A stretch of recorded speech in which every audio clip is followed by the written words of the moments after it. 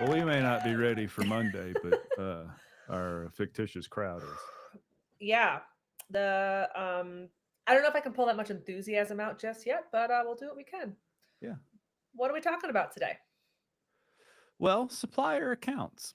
Yeah. This is a small piece of things, but it's important for a few reasons. So if we go to settings and suppliers, a lot of time we spend lots of time in supplier sync or fulfillment. But if you're going to use supplier fulfillment, so if you're on professional and you're going to use supplier fulfillment, then let's pick one that actually does fulfillment. Then you need dealer numbers slash IDs and location IDs here.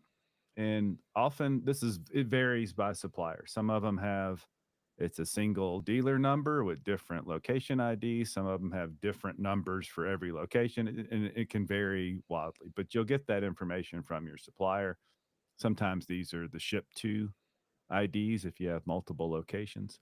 But in any event, they need to be filled in for supplier fulfillment. But also, you'll notice some of these have this extra little piece down here, and this will count for all subscription levels because some suppliers have a program where they're trying to send leads to local stocking dealers.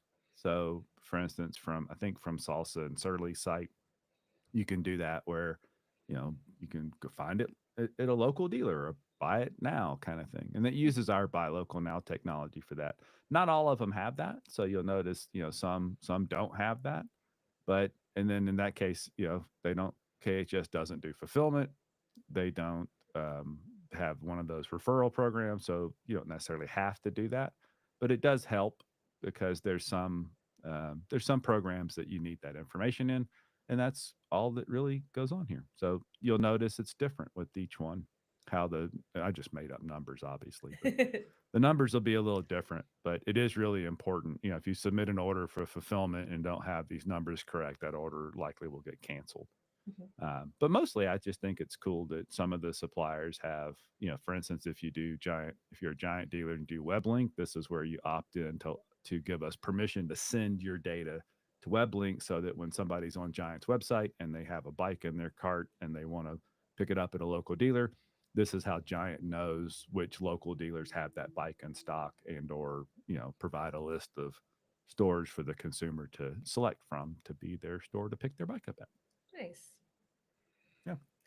So I assume that we set these up when someone is getting a new site prepared to launch as Yes, part it's of onboarding. part of the onboarding checklist. And then Is if there you if you add a location, you'll have to add, okay?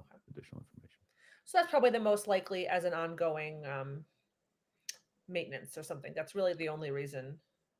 If you add a supplier or Yeah, exactly. Typically, these don't change. So okay, the only reason you'd have to come back into this is if maybe if you hadn't opted into this and you realize that you want to be a part of that, then you'd come here and opt in. But or if you add a location and have to add that information. Other than that, I don't think these ever really change. So there's not really any maintenance to it after that.